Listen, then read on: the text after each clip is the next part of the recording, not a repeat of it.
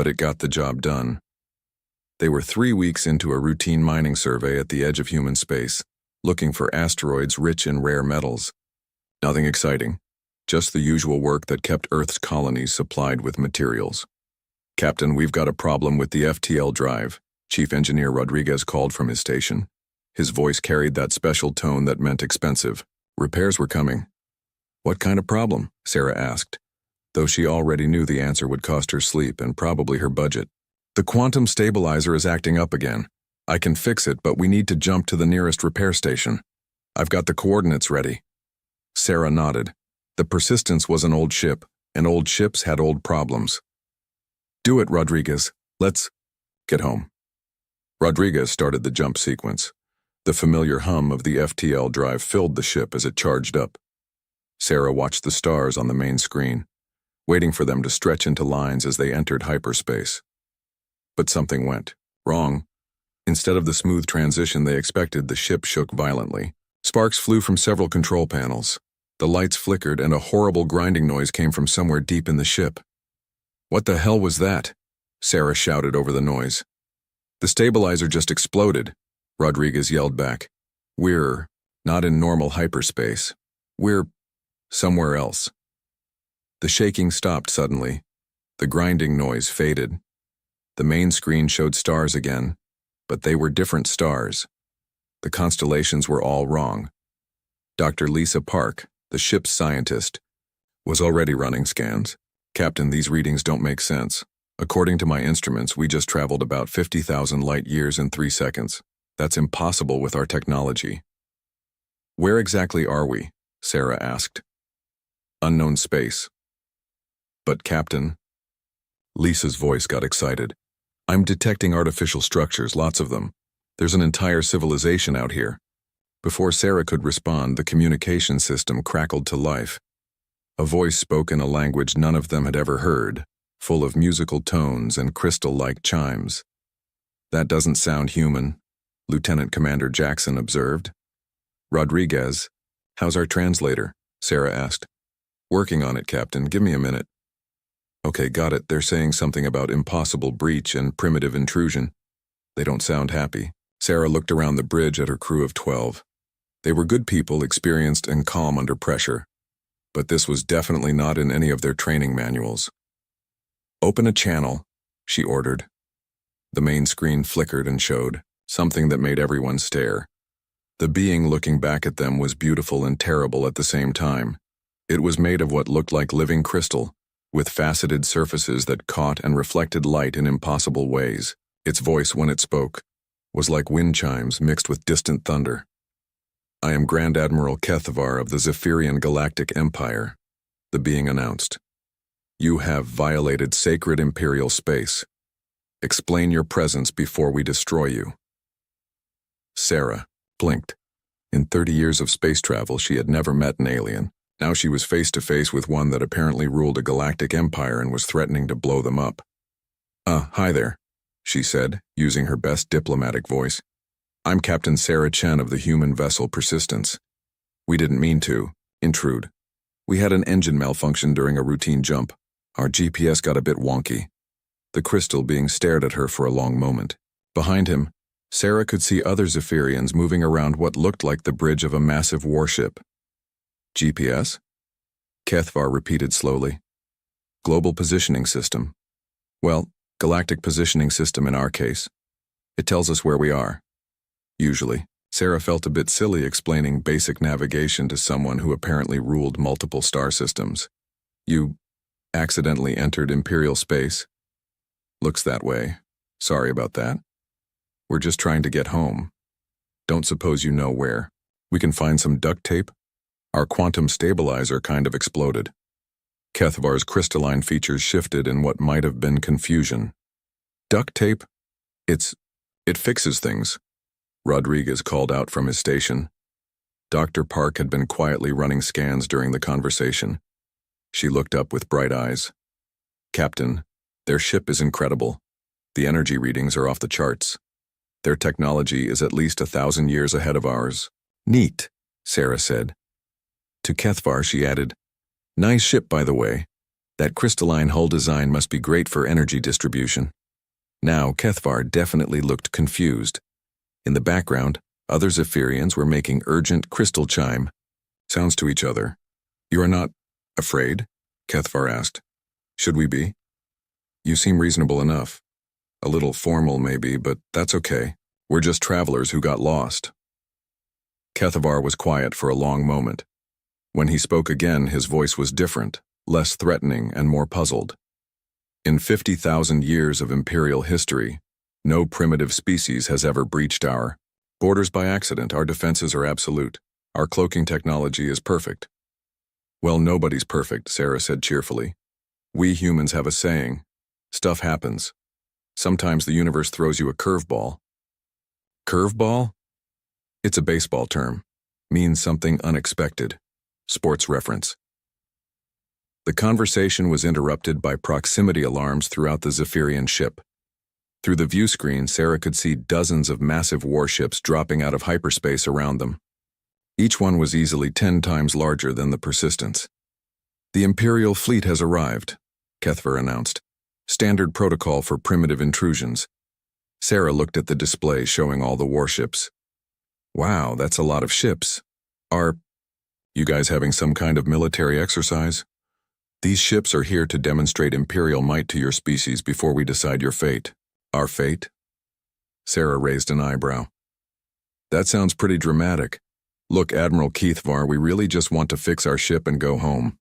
We're not looking for trouble." Lieutenant Commander Jackson was studying the tactical display.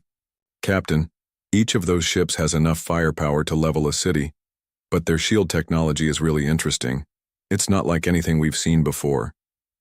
Dr. Park added, "The energy signatures suggest they're using some kind of quantum crystalline matrix." "Fascinating stuff." Rodriguez looked up from his repairs. "Captain, I think I can fix our drive, but it's going to take a few hours. Mind if we stick around and chat with our new friends?" Sarah turned back to Kethvar. "So, Admiral, while we're waiting for repairs, want to talk? We're always interested in meeting new people. How long have you folks been out here? That empire of yours sounds pretty impressive." Kethvar stared at her. Behind him, his crew was making increasingly urgent crystal chime sounds. Sarah got the impression that this conversation was not going the way anyone had expected. "You wish to talk?" Kethvar asked slowly. "Sure. We've got coffee, if you drink coffee. Or we could trade stories. How often do you get to meet someone from a 50,000-year-old empire? This is pretty exciting stuff." For the first time since the conversation began, Kethvar seemed to be at a loss for words. The mighty Grand Admiral of the Zephyrian Galactic Empire was apparently not prepared for humans who treated first contact like a friendly neighborhood chat. Sarah smiled at the screen. "This is going to be interesting." Grand Admiral Kethvar had faced many challenges in his 3,000 years of service to the Empire. He had conquered rebel systems, negotiated with hostile alien species, and commanded fleets in battles that decided the fate of entire civilizations. But he had never met anyone like Captain Sarah Chen. The human captain sat in her simple chair on her small damaged ship, drinking something called coffee from a metal cup, and asking questions about Zephyrian culture like they were old friends, meeting at a social gathering. "So your species is made of living crystal?" she was asking Dr. Park, who was taking notes with obvious excitement. "That's incredible. How do you handle temperature changes? Does your molecular structure adapt?" Kethvar tried to regain control of the situation. "Captain Chen, you do not seem to understand the gravity of your position. You have violated Imperial space. The penalty for such intrusion is typically death or slavery." Sarah paused with her coffee cup halfway to her lips. "Death or slavery? That seems a bit harsh for a navigation error. Don't you guys have something like traffic tickets?" "Traffic tickets? You know, a fine for breaking minor laws, like parking in the wrong spot or speeding." Lieutenant Commander Jackson looked up from his tactical station. "Captain, I've been analyzing their fleet formation. It's actually pretty impressive. Very disciplined. Reminds me of the ceremonial formations at the Academy." "The Academy?" Kethvar asked. "Earth Space Command Academy, where we train our officers. Your pilots are really good at staying in formation, Must take a lot of practice. Kethvar's crystalline features shifted. The humans were looking at his mighty Imperial fleet like it was a parade instead of a demonstration of overwhelming force. "This is not a parade," he said firmly. "This is the assembled might of the Zephyrian Empire. Each of these vessels can destroy entire planets." "Really?" Dr. Park looked fascinated rather than frightened. "How do you generate that much energy? The power requirements must be enormous. We have mastered technologies your primitive species cannot comprehend." Rodriguez called out from his engineering station. "Hey, Captain, their quantum resonance patterns are really clean. Much cleaner than ours. I wonder how they prevent harmonic feedback in their crystals." "Their what now?" Sarah asked. "Their power. Systems use crystalline matrices to channel energy. It's brilliant, actually. But I bet they have problems with thermal buildup during long-range operations." On the Zephyrian flagship, the bridge crew was making increasingly urgent crystal chime sounds. Kethvar could hear his officers expressing confusion and frustration in rapid Zephyrian. "Admiral," his tactical officer chimed, "the humans are scanning our ships." "Are they analyzing our weaknesses?" Kethvar asked. "No, sir. They appear to be admiring our engineering." Sarah took another sip of coffee and smiled at the screen. "Admiral, your ships are really something. We don't have anything nearly as elegant in our fleet. The way you've integrated organic crystalline structures with quantum field manipulation is just beautiful. You understand our technology?" "Well, I'm not an engineer, but our Dr. Park here has 3 degrees in xenobiology and quantum physics. Rodriguez has been building things since he was 5 years old. We humans are pretty curious about how stuff works." Kethvar felt something he had never experienced before: uncertainty. The Imperial playbook called for primitives to cower in fear when faced with superior technology. Instead, these humans were asking technical questions and offering compliments. "Perhaps," he said slowly, "a demonstration of Imperial power would help you understand your situation." He gave orders to his fleet. One of the smaller warships moved toward a nearby asteroid and fired a single blast from its main cannon. The asteroid, roughly the size of a small moon, disappeared in a flash of brilliant light. Kethvar waited for the humans to gasp in terror or beg for mercy. Instead, Jackson whistled appreciatively. "Nice shot. Clean disintegration.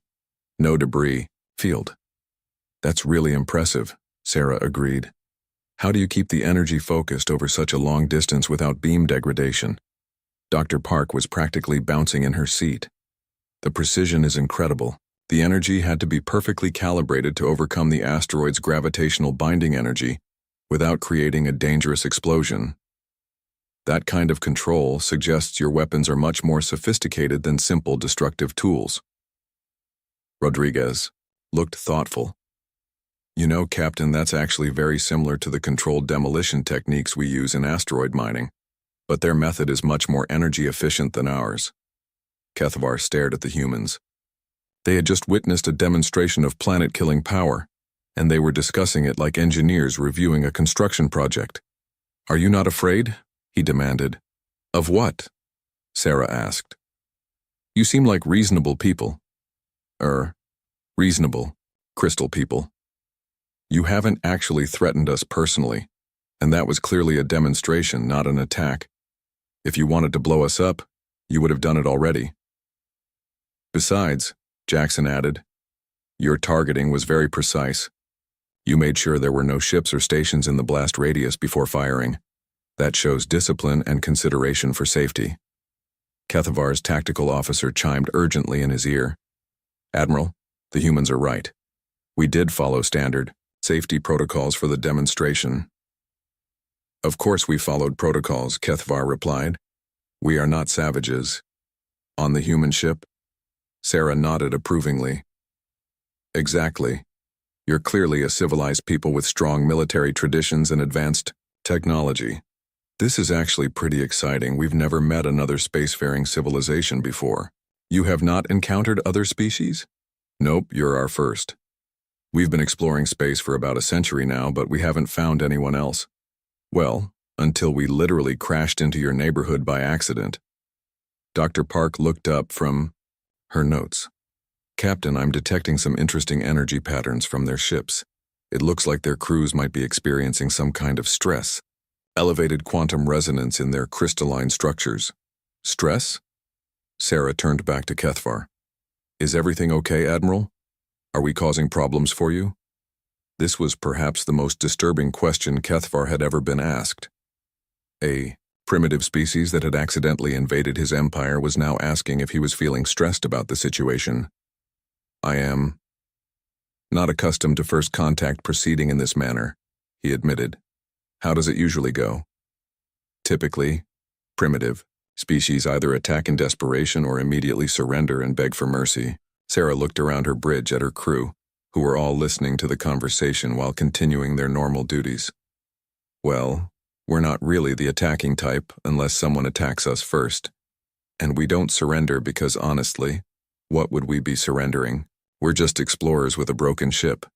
You could surrender your planet, your species, your future independence. Why would we do that? We just met you.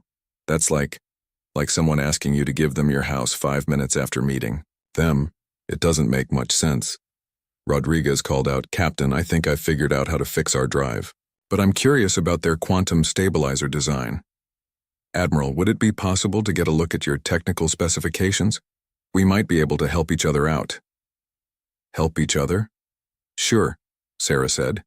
You've got amazing technology, and we've got some pretty good engineering tricks of our own. Different approaches to the same problems. We could learn from each other. Kethvar fell silent. In 50,000 years of imperial expansion, no species had ever offered to help the Empire with anything. They had conquered, or been destroyed. The concept of mutual assistance between species was not in any imperial manual. His communications officer chimed softly. Admiral, the High Council is requesting an immediate report on the primitive intrusion. What shall I tell them, sir? Kethvar looked at the humans on his screen. They were waiting patiently for his response, drinking their coffee and looking interested rather than terrified. Tell them, he said slowly, that the situation is developing. Rodriguez floated through the docking tube between the Persistence and Kethvar's flagship, the Cosmic Dominance. He carried a toolbox in one hand and a tablet computer in the other, looking like he was heading to fix a neighbor's broken refrigerator rather than board an alien warship. This is fascinating, Dr. Park said through the comm system. She was examining Zephyrian technology samples that Kethvar had reluctantly agreed to share. Their crystalline matrix design is elegant, but they're using a very old-fashioned approach to quantum field manipulation. Kethvar felt a surge of irritation. Old-fashioned? Our technology has maintained the Empire for 50,000 years. Oh, I didn't mean it was bad, Dr. Park said quickly. Just that there are more efficient methods now. It's like the difference between a steam engine and a fusion reactor. Both work, but one uses energy much better. Rodriguez had reached the Zephyrian engineering section, where crystalline beings towered over him like living statues. They watched nervously as the small human examined their massive quantum stabilizer array. Wow, Rodriguez said, running his hands along the crystal formations. This is beautiful work. Really beautiful. But you know what? I think I see your problem. The chief Zephyrian engineer, a being called Veltar, made uncertain chiming sounds. Problem? Your harmonic resonance is fighting itself in the third-order cascades. See these microfractures in the crystals? They're causing energy loss and instability. You probably have to replace these every few thousand years. Every 3,000 years, yes. It is the natural decay of quantum matrices. Rodriguez shook his head. It doesn't have to be. Back home we use adaptive resonance feedback loops. The system automatically adjusts to prevent harmonic conflicts. These crystals could last 50,000 years instead of 3,000. That is impossible. Nah, it's just a different approach. Rodriguez pulled out his tablet and showed them a simple diagram. See? Instead of trying to force the quantum fields into stable patterns, you let them find their own stability, and then guide them. Like the difference between commanding a river and channeling it.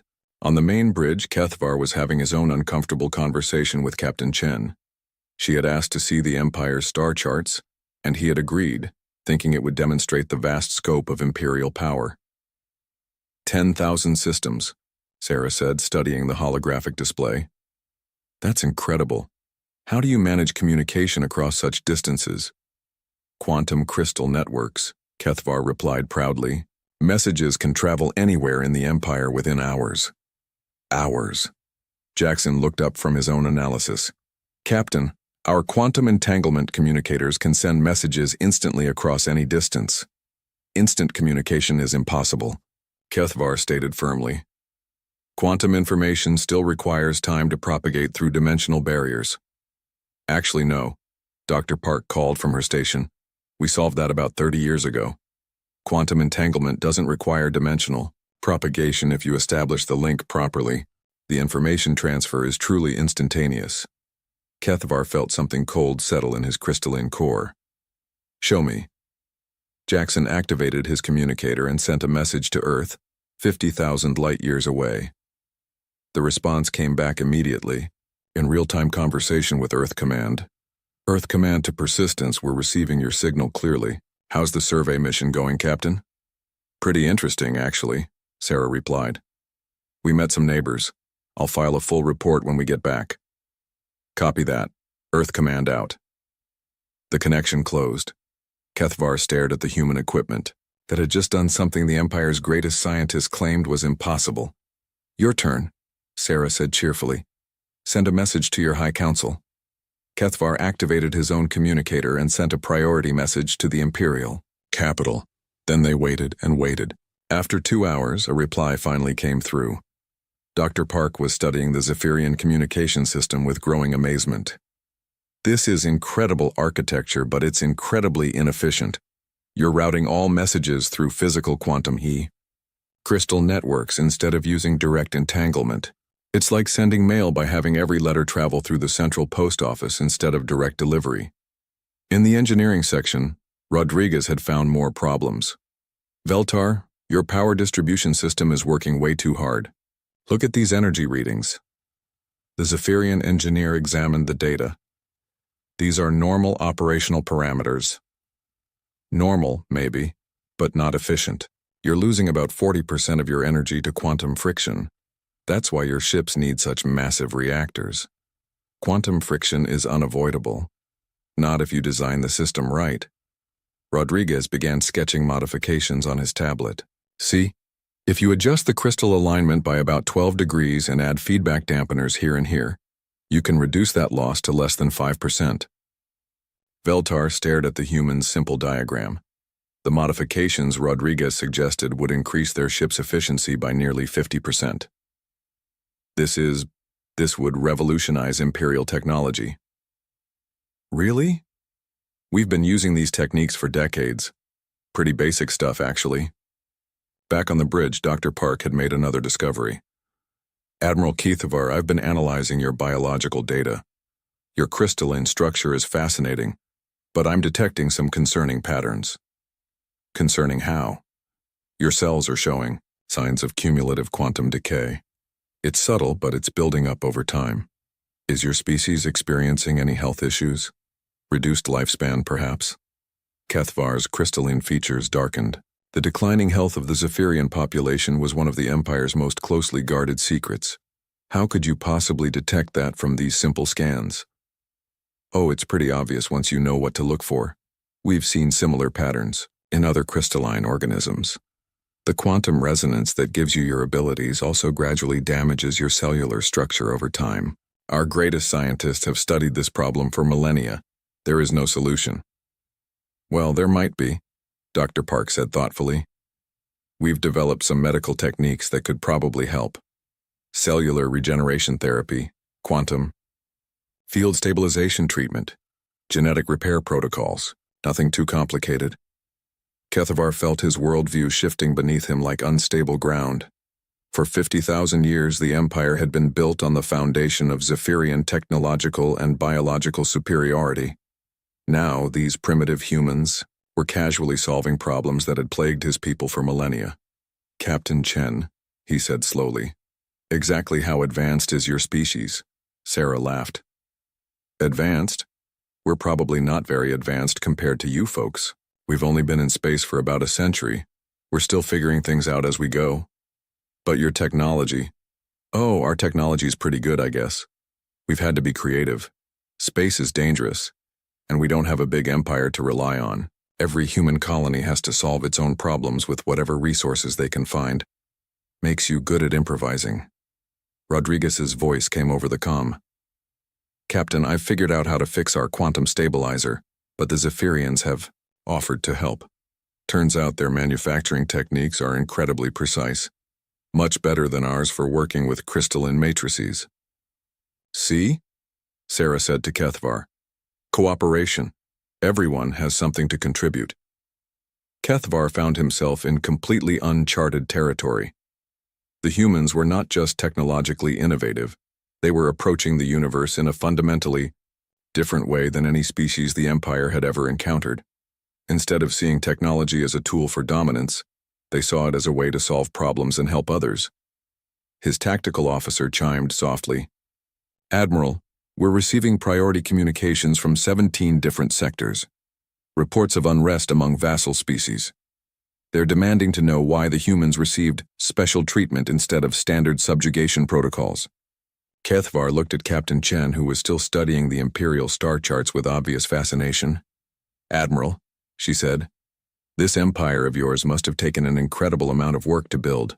The logistics alone. How do you keep it all running smoothly? With great difficulty, Kethvar admitted, and lately with increasing problems. Maybe we can help with that too, Sarah said simply. For the first time in his long life, Grand Admiral Kethvar began to wonder if the Empire's greatest strength might actually be its greatest weakness. The High Council of the Zephyrian Empire met in emergency session for the first time in 3,000 years. The great crystal chamber on the imperial capital world of Zephyr rang with urgent chimes and worried harmonics as the most powerful. Beings in the galaxy tried to understand what was happening. High Counselor Zethran, eldest of the Zephyrians, spoke with the voice of ancient authority. Grand Admiral Kethvar explained to us how a single primitive vessel has caused system-wide unrest in 17 sectors. Kethvar stood before the assembled council, his crystalline form reflecting the harsh light of judgment. High Counselor, the situation is so complex. The humans are not responding to Imperial protocol.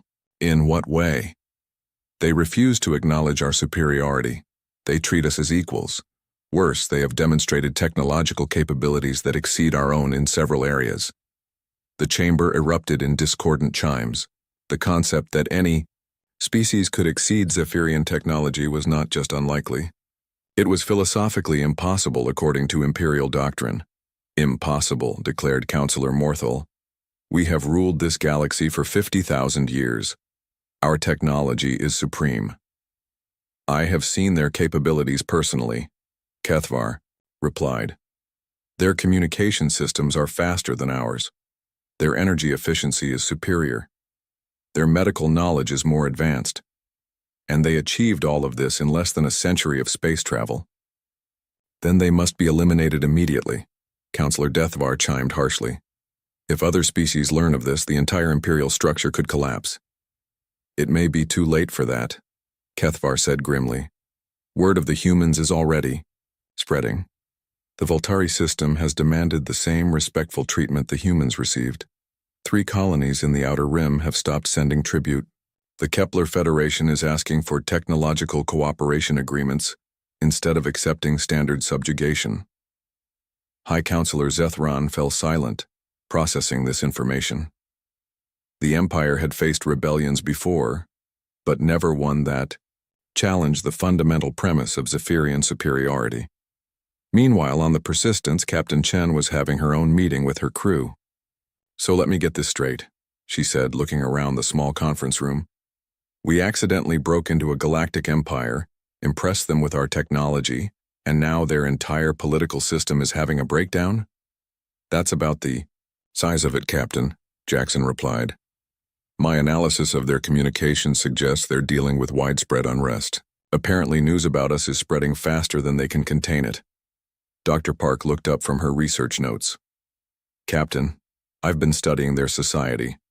The Empire is based entirely on the idea that the Zephyrians are naturally superior to all other species. If that belief is challenged, their whole system falls apart, Rodriguez finished, like pulling the foundation out from under a building. That's not good, Sarah said. We don't want to cause a galactic civil war just because we got lost. Actually, Captain, Dr. Park said carefully, it might not be entirely bad. From what I've learned, the Empire rules through fear and intimidation. Most of their subject species are essentially slaves. Still, Sarah said, sudden collapse could lead to chaos and suffering for billions of people. We need to be careful here. Their discussion was interrupted by an incoming transmission from Kethvar. Captain Chen, the Admiral said, his crystalline features showing stress patterns. The High Council has made a decision regarding your presence in Imperial space. Okay, what's the verdict? You will face the trial of cosmic worthiness. Sarah blinked. The what now? An ancient ritual used to determine whether a species deserves to exist independently or should be subjugated. You will be tested in 3 areas: strength, intellect, and will. If you fail any test, your species will be declared primitive and subject to Imperial rule. And if we pass, no species has ever passed all 3 trials. Rodriguez looked up from his engineering station. What happens if we're the first? I do not know. The possibility was never considered. Sarah leaned back in her chair. Admiral, can I ask you something? Do you personally think this trial is necessary? Kethvar was quiet for a long moment. Captain, the Empire is experiencing unprecedented unrest. The High Council believes that demonstrating your defeat will restore order. That's not what I asked. Do you think it's necessary? Another pause. No, I believe your species deserves the respect you have already shown to ours, but I am bound by Imperial law. Fair enough, Sarah said. We'll take your trial. When do we start? You accept? Sure, why not? Sounds interesting. What's the first test? The trial of strength took place on a barren moon in the Zephyr system. The Empire's greatest warrior, General Krexthor, faced off against Sergeant Maria Gonzalez from the Persistence's small security detail. Krexthor was a massive Zephyrian, his crystal form shaped like a living mountain. He had never been defeated. In combat, he expected to crush the small human female in moments. Instead, Gonzalez treated it like a training exercise. She studied her opponent's movements, identified his blind spots, and used his massive size against him. When he charged, she stepped aside and let his momentum carry him past her. When he swung his crystalline fists, she ducked and struck at his joints where the crystal formations were weakest. It took her 7 minutes to pin the Imperial champion. Good match, she said, helping Krexthor to his feet. You've got great technique. Ever consider adding some flexibility training to your workout routine? The Zephyrian warrior stared at her. You defeated me, and you offered training advice? Hey, we all have things to learn. I noticed you favor your left side when you're tired. Might want to work on that. The trial of intellect was held in the Empire's greatest library, where the accumulated knowledge of 50,000 years was stored in crystalline matrices.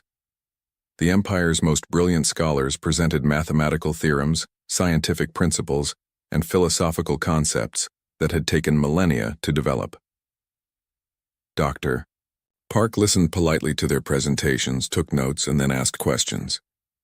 That's a fascinating approach to quantum mechanics, she told one scholar. Have you considered applying non-linear dynamics to your field equations? It might resolve some of the stability problems you mentioned. Non-linear dynamics? Dr. Park sketched some equations on a tablet. It's a mathematical technique we use to handle complex systems. Your quantum field theory is elegant, but it's missing some key elements that could make it much more powerful.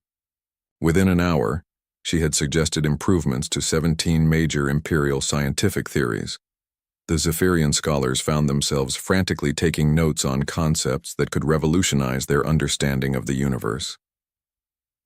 The trial of will was designed to break the subject's mental resistance through psychological pressure and sensory overload. Previous species had either gone insane or surrendered within hours. The humans brought card games. Got any threes? Jackson asked Rodriguez as psychic pressure waves tried to crush their minds. Go fish, Rodriguez replied, dealing with the mental assault by focusing on his cards. Dr. Park was teaching Sergeant Gonzalez how to play chess, while reality distortion fields attempted to drive them mad. The trick to chess, she explained while illusions swirled around them, is to think 3 moves ahead. See how the bishop can control the diagonal? That's going to be important in a few turns. After 12 hours, the humans were still playing games, sharing stories, and having what appeared to be a pleasant social gathering. The Imperial technicians running the trial had to shut it down because their equipment was overheating from the sustained effort. Kethvar watched the results with growing amazement and horror. The humans had not just passed the trials, they had transformed them. They turned a test of strength into a training session, a test of intellect into a teaching opportunity, and a test of will into a social event. How? High Counselor Zethran demanded. How did they succeed where every other species has failed? I believe, Kethvar said slowly, that they approached the trials with a completely different philosophy than any previous species.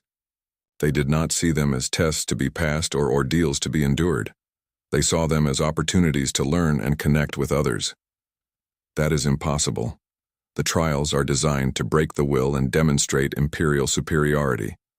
Unless, Kethvar said quietly, the species being tested does not see the universe as a competition to be won, but as a place where everyone can succeed together. For the first time in Imperial history, the High Council had no idea what to do next. 6 months after the humans passed the trial of cosmic worthiness, the galaxy was a very different place. Captain Sarah Chen stood on the observation deck of the newly renamed Starship Cooperation, formerly the Zephyrian flagship Cosmic Dominance. The ship now carried a mixed crew of humans, Zephyrians, and 12 other species that had once been subjects of the Empire. Through the viewport, she watched the construction of humanity's first permanent installation in what used to be Imperial Space, a joint research station where beings from dozens of worlds worked together on projects that would have been impossible for any single species to achieve alone. Captain, Dr. Park called from her new laboratory. The Altarian medical team has made another breakthrough with Zephyrian cellular regeneration. Combined with our quantum field techniques, they think they can extend Zephyrian lifespans by thousands of years. That's wonderful news, Sarah replied. She had gotten used to daily reports of scientific breakthroughs that came from combining different species' knowledge and approaches. Kethvar, who now served as the station's diplomatic coordinator, approached with what Sarah had learned to recognize as his pleased expression. His crystalline features caught the light from the nearby star, creating rainbow patterns on the walls. Captain, I have received acceptance messages from 15 more worlds. They wish to join the Galactic Cooperation Initiative. 15 more? That brings us up to, 87 member worlds now? 87 confirmed, with 23 more requesting information packets. The rate of expansion continues to surprise our projections. Sarah shook her head in amazement. What had started as an accident was becoming the fastest-growing interstellar alliance in galactic history, and it was all based on one simple principle. Every species had something valuable to contribute. Rodriguez floated by in a maintenance suit, leading a team of engineers from 6 different worlds. They were working on a new type of starship engine that combined human adaptability, Zephyrian precision, Voltari creativity, and Kepler efficiency. The prototype was already showing performance improvements that exceeded anything any single species had achieved. How are the old Imperial worlds adjusting? Sarah asked Kethvar. Better than expected. Many are discovering that cooperation produces better results than domination. However, some resistance remains. Sarah nodded. She knew that change was never easy, especially for a civilization that had spent 50,000 years believing in its own superiority. The High Council of the Old Empire had finally dissolved 3 months ago. Some of the older Zephyrians had retreated to isolated worlds, unable to accept the new reality. But many others, especially the younger generation, had embraced the cooperative approach with enthusiasm. High Counselor Zethran, once the most powerful being in the galaxy, now served as an advisor to the Cooperation Initiative. He had discovered that helping other species develop their potential was far more satisfying than ruling over them. Captain Chen, he had told her just last week. In all my millennia of existence, I had never experienced the joy of watching another species succeed through their own efforts. The Empire gave us power, but cooperation has given us purpose. Sarah's contemplation was interrupted by an excited transmission from the bridge. Captain. Jackson's voice crackled over the intercom. We're receiving a first contact signal from the Andromeda sector. It looks like another previously unknown civilization. Sarah smiled. This was happening more and more often. As word of the Cooperation Initiative spread, hidden civilizations were revealing themselves, curious about this new approach to galactic relations. What do they want? She asked. They're asking if we'd like to be friends. Sarah laughed. The phrase had become something of a standard greeting throughout this part of the galaxy. Simple, direct, and effective. Tell them yes, of course. Invite them to send a delegation to the next Cooperation Council meeting. Already done, Captain. They're sending a cultural exchange team next week. An hour later, Sarah found herself in what used to be the Imperial War Room, now converted into a comfortable meeting space with chairs, tables, and a coffee machine that had become legendary throughout the sector. Representatives from dozens of worlds sat around the circular table, discussing everything from trade agreements to joint scientific projects to cultural exchange programs. The atmosphere was relaxed and friendly, nothing like the formal ceremonies and rigid hierarchies of the old empire. Dr. Park was presenting her latest research on interspecies medical compatibility. The preliminary results suggest that we can adapt most medical treatments to work across species lines. The Zephyrian regeneration techniques show particular promise for treating age-related cellular damage in carbon-based life forms. The Voltari representative, a being that looked like a living plant with metallic leaves, rustled with interest. This could revolutionize healthcare throughout the galaxy. Our people have struggled with quantum poisoning for centuries. That's easily treatable with human detoxification protocols, Dr. Park replied. We can have a treatment program ready within weeks. Rodriguez looked up from his engineering reports. Speaking of cooperation, the joint shipyard project is ahead of schedule. Turns out, when you combine Kepler manufacturing precision with Altarian materials science and human design flexibility, you can build ships that are faster, stronger, and more efficient than anything we've had before. How much more efficient? Asked the Kepler representative. About 300% improvement in speed, 200% better fuel efficiency, and they're half the cost to build. Excited chatter filled the room as representatives began discussing how this technology could benefit their home worlds. Sarah watched the meeting with satisfaction. This was what she had always believed cooperation could achieve. Not just the sum of individual efforts, but something genuinely greater than what any single species could accomplish alone. After the meeting, she and Kethvar walked through the station's main corridor, past laboratories where beings from different worlds worked side by side, past cultural centers where art and music from dozens of civilizations were displayed together, and past the nursery where children of multiple species played games that combined elements from all their cultures. Admiral, Sarah said, can I ask you something? Of course, Captain, though you know you can call me Kethvar now. Kethvar, then. Do you ever regret what happened to the Empire? He considered the question carefully. I regret the fear and suffering it caused. I regret the waste of potential when species were forced into submission rather than invited to contribute. But do I regret its end? No. What we have built together is far greater than what we had before. They paused at another viewport, looking out at the busy space around the station. Ships from dozens of worlds moved in peaceful traffic, patterns carrying not weapons and conquering armies, but scientists, artists, teachers, and explorers. The Empire lasted 50,000 years, Kethvar continued, but it was stagnant. It preserved itself but never grew. This new alliance has existed for only months, but it has already achieved more innovation and progress than the Empire accomplished in millennia. Sarah smiled.